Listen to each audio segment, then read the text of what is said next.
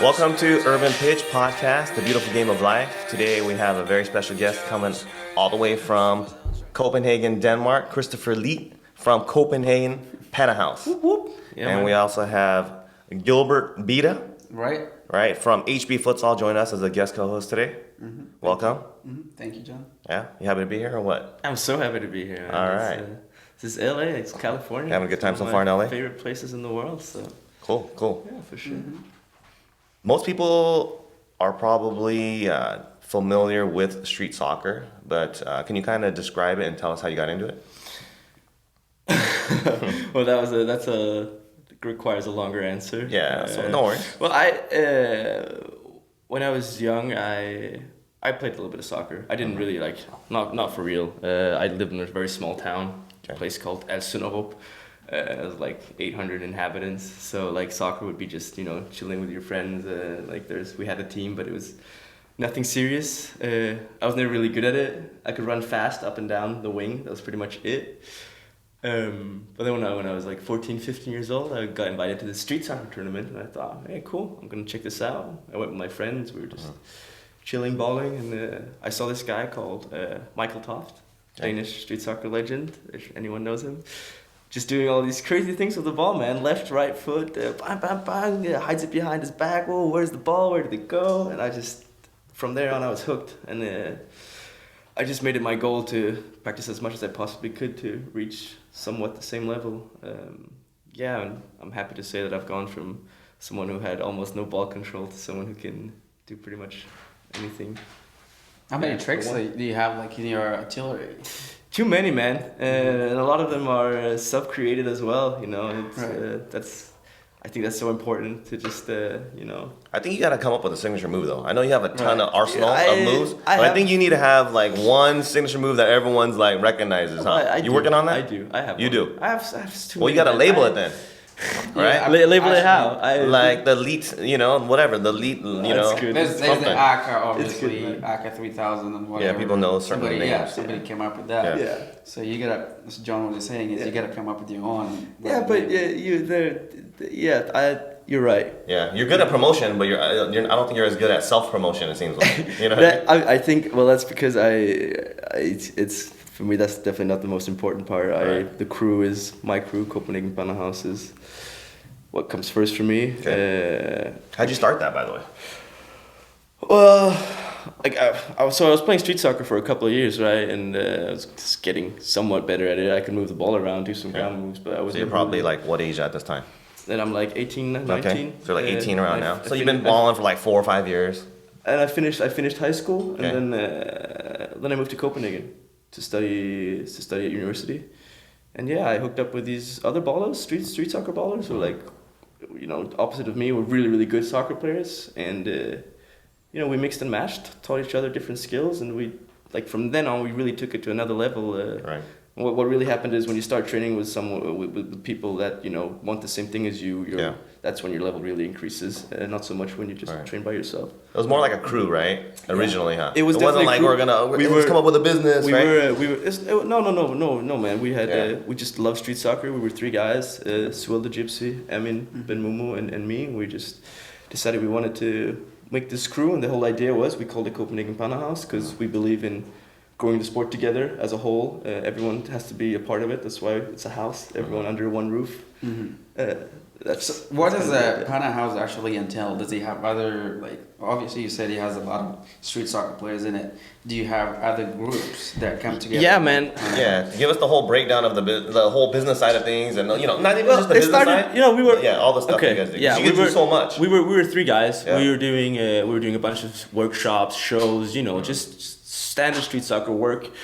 We were working together with DGI in Denmark, a big organization that does all kinds of sports, and they were helping us build this Panna movement, and players were starting to open their eyes to this. Because back in the days, man, it was me and Michael Toft were playing Panna, and this new age type of street football that we see today.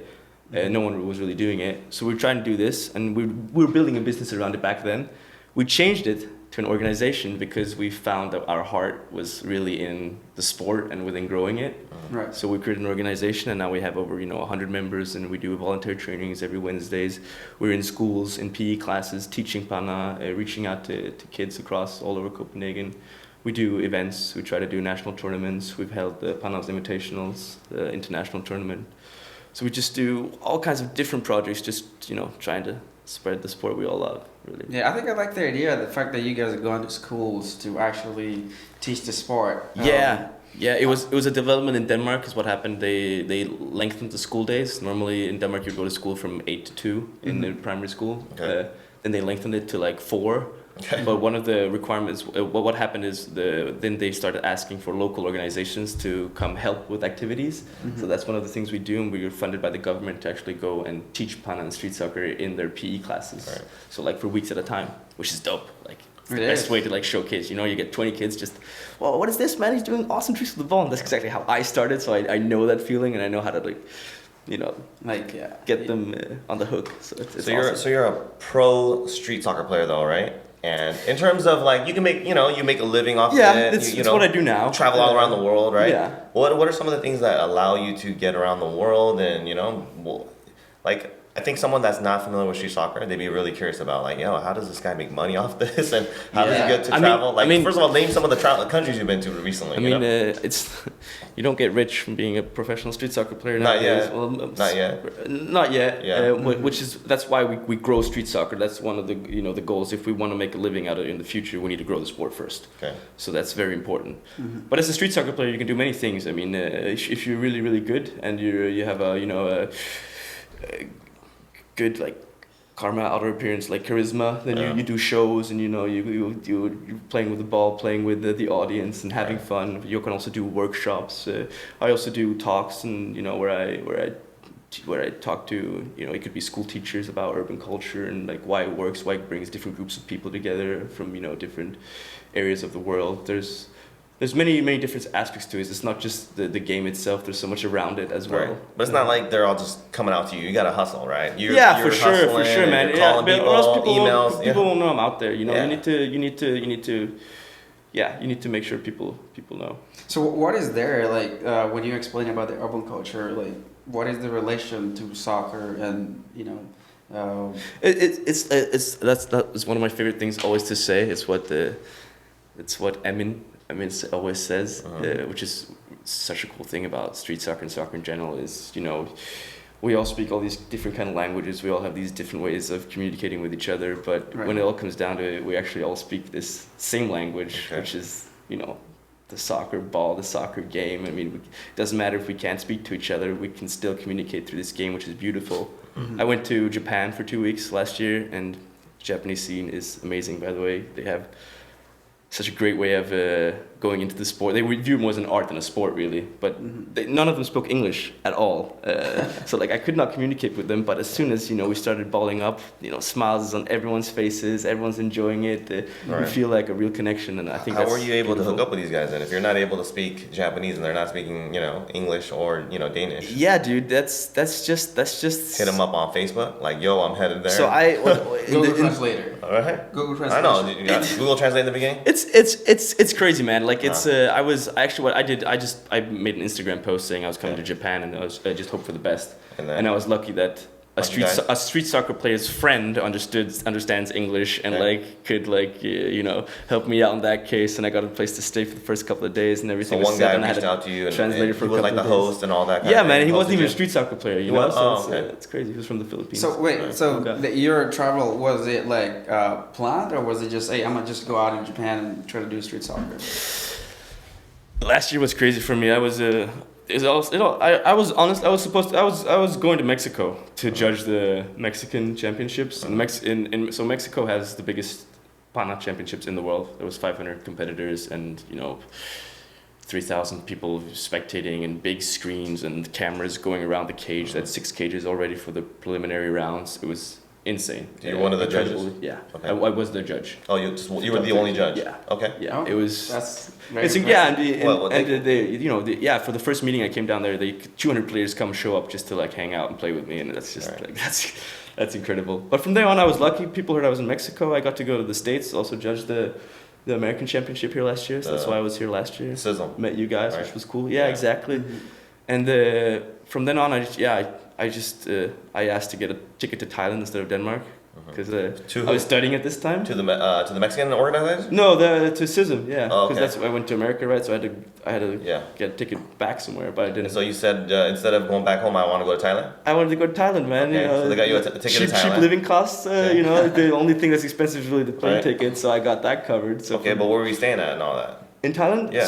Well, in Thailand was actually not street soccer oriented. I'm a bachelor in computer science, so I was doing a computer science project at this point with another friend. The reason I went to Japan is because I had to extend my visa at that point. So I was like, yeah, let's meet up with So you're a scene on the opposite side of the right, world. so you're weaving all the like your life, your passion with your studies and living your life too while you're at it, right? You're not putting things on hold. You're just kind of blending it together, right? Yes. Now I'm done with my studies for Right. now. So now I'm going full time on trying to build our sport.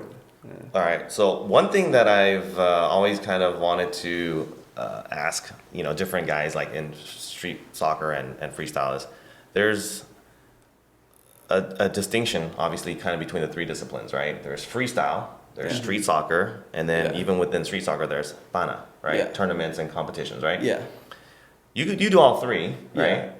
But then there's also a little bit of, I don't want to use the word tension, but then there's different camps, right? Some guys are like, they only do, like say for example, Panna, and then they don't, care about freestyle at all, and they don't, that's a whole different thing, and you know what I'm saying? Where do you fall on that, and what do you think about that? That's pretty easy for me to answer. Okay. I love all of it, man. I like it's like the same way. It's the same way I think about just training like tricks in general. Like I try to learn as much as I possibly can because I know learning one movement will help me learn some other movement in the future. In an easier way. I think freestyle is beautiful. I love street soccer and I love pan. I love all of it. I think I honestly I don't see why you had anything against any of the three. Any of the three? So what would you like, for example, like you say you like soccer. What is your main feeling you get from it, like from playing soccer? Is it for yourself, for other people? Like what is the fulfillment you get from playing street soccer or doing the tricks? That's a great question. Probably like in the core of everything, it's probably like for my own well-being that I play. Just like love to play. I go in there and when I grab my soccer ball, and I start playing. It's just those are the best times of my life. I bet you guys can relate. Right. For sure. It's another world, man. You take all the stress, all the negativity out of your life. I have an armband here that says, "Be positive, no negativity allowed." Right. And I have one that says, "All you need is a ball." So those pretty much answer the question as well. That's really my zone, man. Yeah, go to zone. Like when you're stressed out, you want to pick a ball. Start playing. It's incredible. It's like there's nothing like it. Yeah, medicine of life, for sure. Right. What do you think about the whole Nike, Adidas, Puma all entering the street soccer scene and the products coming out, the shoes? What companies? What's your style? What do you like? Or you don't even really care? I think it's cool. Yeah. I know you like Pumas, right? Because you're wearing Puma pants right there. Right? I think. Yeah. I honestly, I jackets I wear everything. Yeah, like, this Puma. These are jackets that we Puma helped us out with making Right. a bunch of jackets for all our members in Panna House. So Okay. we're giving these out So to our kids. It was like a donation through Puma? Because then they feel like they're part of the. Well, they pay $20 a year to get weekly trainings. No, I'm saying Puma hooked you guys up with that? Yeah, Okay. yeah, exactly. So Yeah. we give them this for free, basically, Okay. or for the $20. Right. So then they all feel like they're part of a team, and we're a community, and we do these things together, and it's a cool way to like symbolize this. So yeah, I try to rep it as much as I can. Okay. Our new team outfit. So you guys have some kind of affiliation with Puma right now? We have one guy who's a Puma ambassador. Yeah. Okay. Who's the Puma ambassador? Umit Ganju. Okay. Yeah. Got He's our, we call him the CFO, Okay. Chief Fashion Officer. Fashion officer? Yeah. No, he thinks he's the CFO too, but not really. I see. No, man, Umit is a boss. He knows. Okay. he's definitely the guy. I would know no one else to be like a ambassador for some brand. He's into sneakers, into clothes, into stuff like that. What about the shoes then? What kind of shoes do you prefer when you're balling out there? So I used to be in the Puma Light camp that everyone's been jumping on the bandwagon. I moved away from that like 1.5 years ago. I played in everything since. Because this is what I try to tell people, and I teach the kids the same thing. I say, don't you bought one type of shoe and maybe you liked it a lot, but don't necessarily buy the same shoe next time and the same shoe third time, because what's gonna happen if you buy a different shoe the second time and you start playing with that, you're gonna see that you're gonna start doing different tricks. You're gonna have a different style, and maybe this incorporated into your older style is gonna make you an even better player than it would have if you just kept playing in the same shoes and kept, it's like driving in the same tracks. You're not testing anything different out. So I think it's important to try and play with different shoes. Right now I have a pair of Nike SB. It's like skateboarding shoes, but light version, which is really cool. Before that I had the Gatos. I also I've played in these Puma. Show them up, man. Man. Oh. Bam. Right. So you don't need, so you're not really trying to get the latest street soccer shoes. No. Jacob from my crew, he plays in his sandals. What do you got? What do you rock? Street soccer, man. It's my Adidas. Oh. Let's see. Because you're the CFO too, right? Sure, I got the triple white, the Ultra Boost, you know what I mean? Shout out to Adidas for hooking it up. Yeah. Right. So but to answer the question, I think it's great that they're finally opening their eyes to street soccer, because street soccer is hopefully the future. I also think it's important that we as street soccer players try create our own brands and own identities, and not fall too much under these big names. So I think there's a balance for partnership, right? Yeah, for sure, sure. Yeah. What do you think of street soccer as a free form of play? Do whatever you can, because I know there's different types of street soccer. Like you say, there's different brackets. You can do 1v1, 2v2. Yeah, so that's the purest form, right? So the way we teach kids in Denmark, Denmark has crazy talent pool now. It's incredible. Thanks to CPH, right? Yeah, no, for sure. Yeah, and it's funny because we don't do anything special, man. What we do is we make sure we make a time slot. We make sure, hey guys, come. We're playing from every Wednesday from 6 to 8. They all come, 20 to 30 kids, every Wednesday, and they just have a free training. What do you guys want to do? We want to practice 3 versus 3 days. Yes. Okay. You want to practice Panna today? Yes. Do you want me to guide you? Do you want me to help you? Oh, maybe not today, maybe tomorrow. Then what free flowing and organic? In the beginning, it's strange maybe, but what happens naturally is the kids start understanding it. They start practicing themselves, because that's how we did, right? We went in our back garden and did it ourselves. That's how we learned it. That's exactly what they did also. And the most awesome part of it is what happens is the kids start becoming role models themselves, and they start teaching to the new kids that come again. Right. So it's like it's free labor, a chain, unpaid labor that you guys get. I can say that. It's creativity in the air. It flows organically, right? And it's very, very. So you guys don't have regimented real training. We don't put cones. We don't do running. It's called a free training. We have kids that come that don't play soccer in clubs or anything. We have kids that come from the Barca Academy, and they all play together and play, enjoy it together and teach each other and learn from each other, and it's a very, very beautiful thing. Okay. Yeah. What about the recent World Street Threes that you guys were at? How was that? That was an awesome tournament. Okay. Did you guys go to? Yeah, man. We placed second. We lost in the final. No. You guys played against Van Gil's team, huh? Yes. What do you guys think? Do you guys have a competition against each other? Well, this was the first time we ever played against each other, right? So we took one match, they took one match, right? Which is cool. It's like the young guard versus the old school guys. We have a lot of respect for the boys. Right. I was especially impressed by Ataibi, the Dutch futsal player. Was he the ball? Is he ball too? I think he looks like Edward Van Gils but taller. I think he's very, very good, and he's good, huh? And I'm very impressed that a guy like Edward plays like that when he's 40 years old. Yeah, right? Because what's your guys' average age on your team versus those guys? Those guys are probably no, we have small guys, gypsies 36, 37, and you got good time. You got good playing time. He played significantly? He's played all minutes. Oh, the he Gypsy did.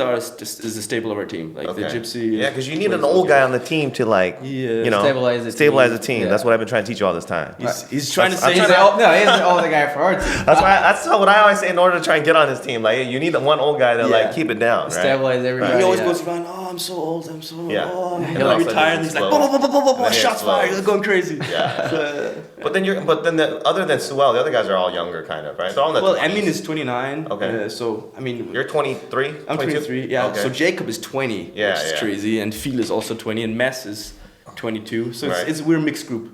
But Omid is 26. So the team in the finals was you guys, which is representing Denmark versus Holland. Yeah, which was definitely the worthy final, I think. Okay, and the guys from Holland are probably like at least in their 30s, no? All of them, right?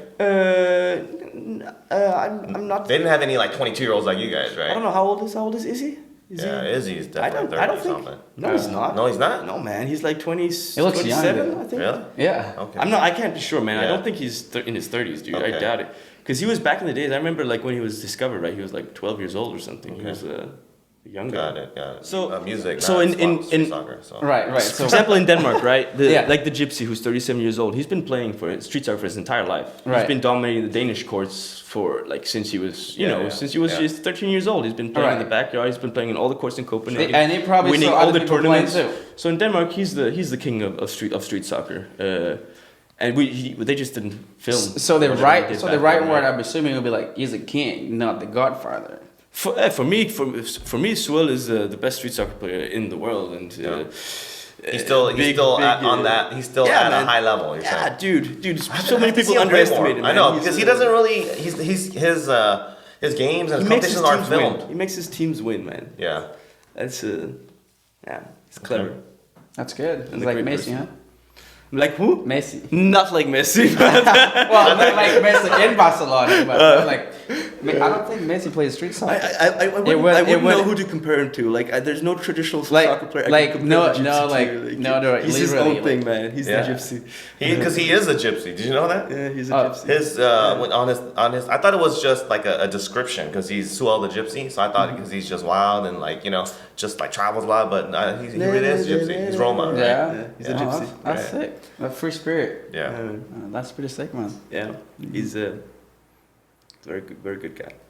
What do you have planned for the future for Copenhagen Panna House? So we have a bunch of plans. Of course, we're gonna carry on with all our local projects that we try to do and build street soccer, and we're gonna carry on with our social media, deliver tutorials, and keep reposting people's sick stuff on Instagram. Right. #Panna House. Yeah. We're also arranging national tournaments across the country. So we're in the fundraising stages. So we're almost there. Who are you reaching out to? Like sport brands? No, it's often it's like it's like grants and like the government and that's a very European thing. You know what I mean? Like in the U.S., you got to go commercial. we pay a ton of taxes, right? And this have to go to that cultural like things. That's true. They got like 50% taxes, so you got to get that money back, right? So we try to get our money back. Europeans, they pay high taxes, but then they get a lot of public service. Like when I went to university, I got a monthly wage, right, for going to school. Which is really? Right, you got paid to go to school. Yeah. Right, that's crazy, man. Damn, I think that's why I could go to Thailand and just chill, right? I know, I'm going to school. It's a professional student, which is a oxymoron, right?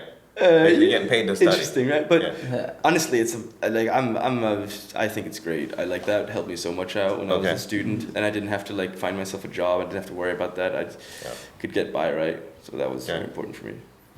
Right. So I mean, your social media is doing really well, right? What are you focusing on right now? It seems like you guys have a good number of followers, obviously, on both YouTube and Instagram, right? Yeah. Are those your two main that you kind of push, and because they're good for videos? What's your thought process, and how do you strategize that way? Or do you even strategize, or you just throw it out there?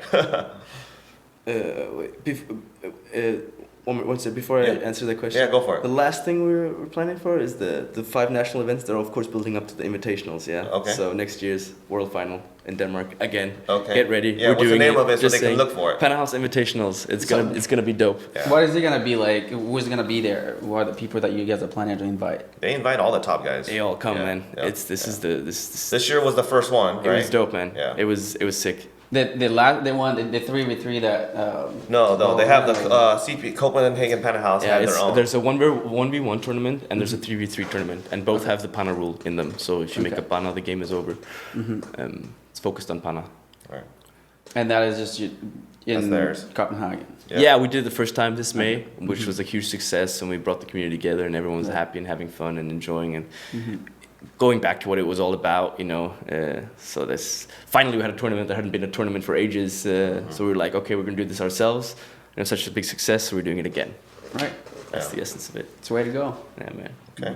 Social media wise, what do you like? What social media do you like to focus on? What do you enjoy personally? Because I know you have a Snapchat. I do. You have a Snapchat too, right? Yeah, I do. I'm too old. I don't have a Snapchat, so I don't know what's going on that side of things. You know what I mean? I like Instagram stories is enough for me. Self-destruct videos and pictures. I can't keep up with you guys. Snapchat is just a cool way to like have this personal connection with people, and so you enjoy not just people that you like actually know and are friends with, but also people who like are inspired by you and look up to you and want tips and help. It's a cool way to give back also sometimes. Right. But it's unfortunate, like you send a tip and it will disappear in 10 seconds. Yeah, but yeah, you're right. But I love the idea of like, you know, sending a story. You can have a look into my life, not just like all my street soccer tricks constantly. You can also see, you know, different aspects of me. How many snaps do you do a day?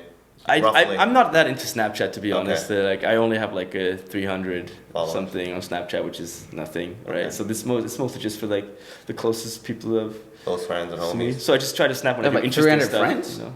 Yeah. Yeah, friends are like people who are interested in what I do, right? So like the social medias I mostly use is YouTube and Instagram. And I would use Facebook more. The thing about Facebook is like people don't see your Facebook stuff unless you put money to your posts, right? So that's the deal with Facebook. Yeah, it's monetized now. Which is probably happening to Instagram also, which is scary. So yeah, YouTube. It's about the money. Like they gotta make money. So yeah. Do you do most of your own filming? Yeah. You do. Yeah. So how do you do the filming when you're traveling in the different countries and you know? I take my camera, I look into it, say, "Yo, welcome to Street Tutorials," and then I just go from there and I just wing it. You know. What about the ones? Yeah. But what about when you're competing and doing the Panna 1-on-1 and 1v1 and? I just pray someone is filming me. Really? Yeah. So you don't give your camera to? Yeah. Obviously. Here's my camera. Honestly. Yeah. Yeah, well, at tournaments it's often filmed. Someone's filming it, so I don't worry too much about it. But like, it would be dope for like Giandos, for example. He has a videographer, right? That would be dope. Right. Like I've made some crazy stuff, and it was too bad it wasn't filmed, right? Like some of the best stuff you do is always off camera, right? Right. So that's sometimes a little upsetting. So a lot of the videos you're just having a stranger help you out and film. Yeah, at that time? and often I just film it myself. Okay. Man. It's just... You ever had one of those homies just like and then take off running because you're in foreign countries, right? No, man, no. Not yet. Everyone's so nice. All right, yeah. Everyone's so nice. Yeah. There's a camera. That's actually not true. In Mexico, my bag was stolen with my camera, with my wallet, with my phone, with my credit, everything. The amigo. So you got everything camera right there. Right. He's like, there's a camera right there. Record. So you got your wallet and everything taken. Yeah. How did you bounce back? You had no cash on you. No stress, man. We're from the streets. We help each other out. You took a collection from your, you know what I mean, the guys or what? Yeah, man, Cascarita, they're dope. The organization in Mexico, they took care of me. Really? Everything was fine. Oh, yeah, that's impressive. That's awesome. Mm-hmm. Yeah. Yeah. So the next time you don't do the like Americans like here in America like smart guys, smart guys, not street soccer guys, but smart guys from the street. They put their cash in their sock and shoe. You know what I'm saying? You guys don't do that? I'm not sure if that's smart, man. Okay, but I'll remember that. Yeah, so that way if you get, at least, or they'll split it up. So if you get jacked, your wallet or whatever, you're still, good to go with your. Yeah, that's more like in my high school, when we used to go to high school, I went to a boarding high school.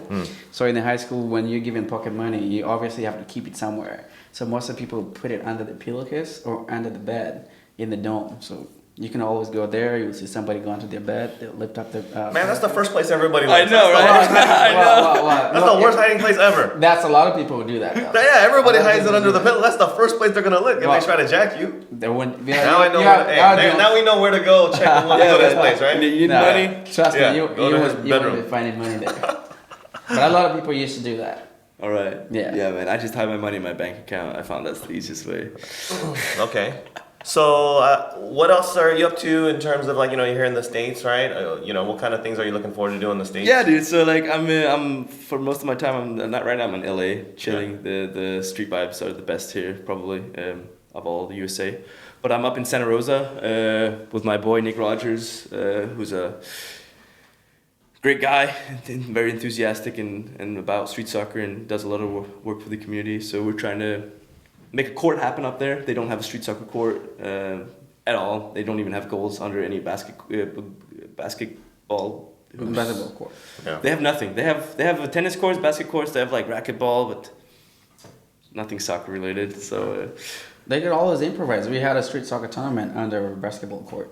For sure you can improvise, but like it's easier to it's definitely easier to create and inspire a community when you have the right tools, and just a couple of goals like here and there in the city would make a big difference. So that's what we're working at. Yeah. So how long are you looking to stay, or? I stay till the 5th of November. I go back to London for the Red Bull freestyle. Okay. Repping my homie Sufjan Bangkok. Hoping for the best. Right, he's competing in the freestyle, right? Red Bull. Yeah. Okay. Yeah.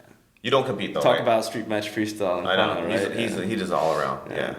Bangkok is, I think, one of the top guys that can do all three really well at a high level. He's the only guy who can do all three very well. Sean.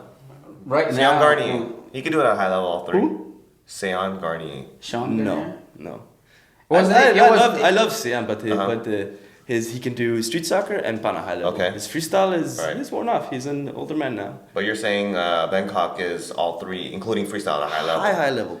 You know what's interesting is because he doesn't really showcase his freestyle as much, right? And so people kind of underestimate, I think, his freestyle. Because people take his moves. He's trying to be a shark. Yeah, no, man. Yeah. And of course, especially trick, before Red Bull freestyle, he doesn't want to show his tricks. The more element of surprise he can bring into his game, the better for him. Yeah. He has competed in Red Bull previous times. Yeah, man. He's reached the top 8 like 3 times or something in a row. So he's won the regionals, like his for Belgium, right? He's every won, time. Right? He wins Belgium every time. Every time. But for the international, the main one, he's reached as high as what? Top 8. Top 8. 3 times in a row. Okay. I think. That's very impressive. Yeah. Yeah. At least you stay in the top 10. Okay.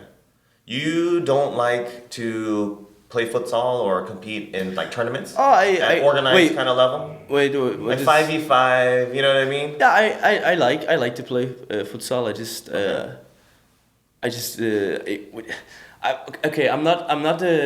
I'm not a big fan of like having to go under like some like strategic level, having to do now I know I have to be here, so the team knows I have to go there and do this and this. I like the free game, just being able to do what I want. That like the street soccer mentality. Yeah. That's definitely the game I've grown up with, right? Because I didn't really play soccer when I started, so like it's been a process for me to actually learn and like become good at that.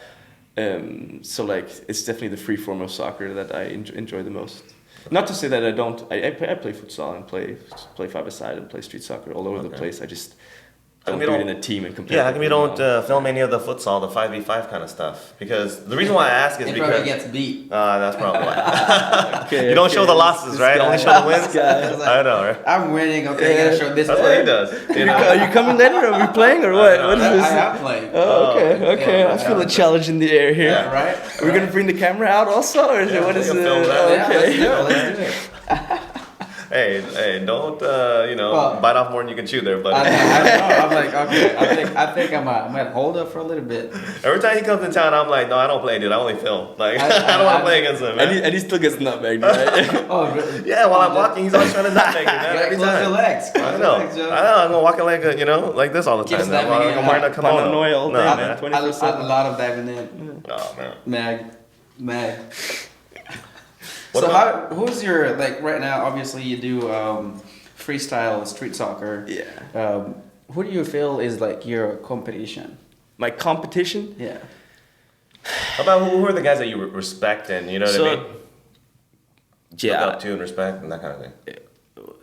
Well, my idols and my inspirations are my crew. Yeah. By far. Okay.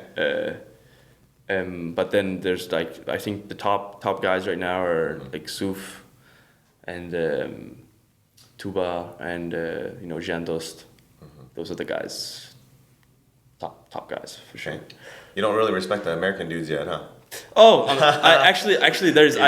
there's Isaiah Escobedo. Okay, shout out to Isaiah. He's up the there baller, for sure. The baller from up north, right? Or Portland, right? Yeah, man, and I think he killed everything in the SISM competition this year. He's just he's the next level, man. He's like this guy is definitely the next guy to watch. The guy to go to from I'm hoping because he was in the PFL showcase, right? I think he was invited. I don't think he was. He wasn't? I don't think he made it We'll through. have to check it. I'm not sure what that was, man. That was strange. You could vote every day, and that was weird, man. Okay, so anyhow, we have PFL coming up, right, in a year, right? Professional Futsal League, which is going to be a professional league for futsal players, right? We're hoping it's going to be great. And I'm thinking a lot of the street soccer guys that have focused on that part of their game, small-sided soccer, a lot of them I think have a decent chance of making the team, right? But then out of the guys that you've seen so far, any other, Isaiah is definitely on another level, you're saying, right? And you've seen him compete. Have you played against him as well? Yeah, you've competed against him. Okay. I've never had a what's it called, like a rank, like an actual game in like a competition against him. No. Okay. Never met him. I've seen him on social media. I've never met him personally. I've played him tons of times. He's a bro, man. Yeah, I follow him. So and his moves are sick. Would you consider like playing against somebody and beating them as like a rank for them, or if you just watch regardless whether they beat you or not? No. Like you'd feel like this guy is actually good. I have in Panna tournaments. I've beaten Suf more times than he's beaten me. I've beaten Jantus more times than he's beaten me, but I still consider them better players than me. So that's because sometimes it's like things happen by like, chance. It's like you'd see like Panna is a short game. It's a 3-minute game. You can lose to anyone. Honestly,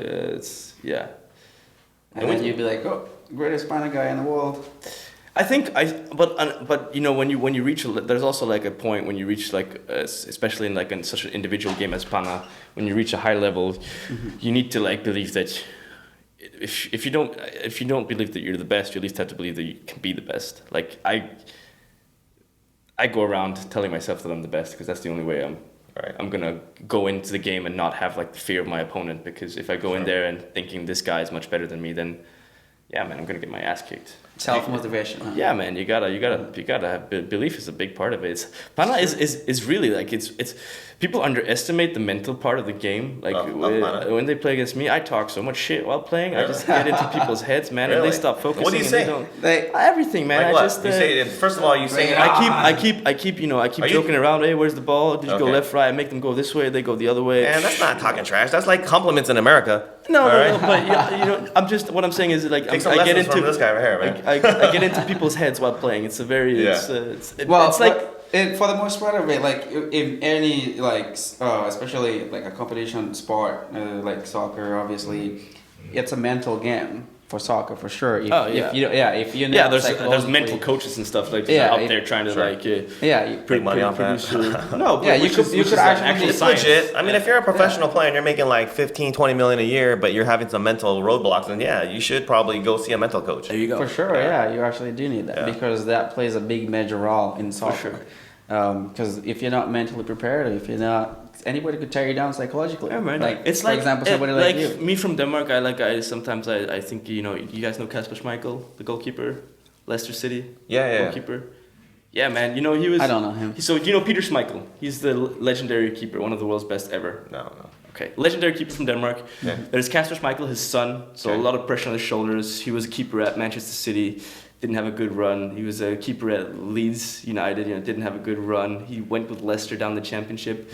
He's been in his father's shadow. Constantly. Right. Then he just takes Leicester up to the Premier League, wins the Premier League, man. Yeah. That requires some mental power right there, man. Right. Super impressive. The last time you were here, when we first met like a year ago, right? You were telling me John Dos was one of your like inspirations, right? I think Jantos is the best Panna player in the world. Okay. Do you get nervous when you play against him? One-on-one? Not anymore. You don't? I used to. So in the beginning, when you were first playing against him, you would get nervous? I would get sooner, and I would get paralyzed, and I wouldn't be able to take the ball. One thing I've really practiced the last couple of years is actually taking the ball. Like I've received a lot of pannas, especially from my kids, Panna House, because it's all we do. I really try to teach this mentality. You gotta go for the ball, man. Right. Like the old school mentality is if you get panna, you retire, right? Yeah. Like this is, but nowadays, if you want to be the best, man, you got to be able to attack and you got to be able to defend. And then in a Panna game that only lasts 3 minutes, you got to be able to take the ball and you got to be able to take the ball like as fast as possible.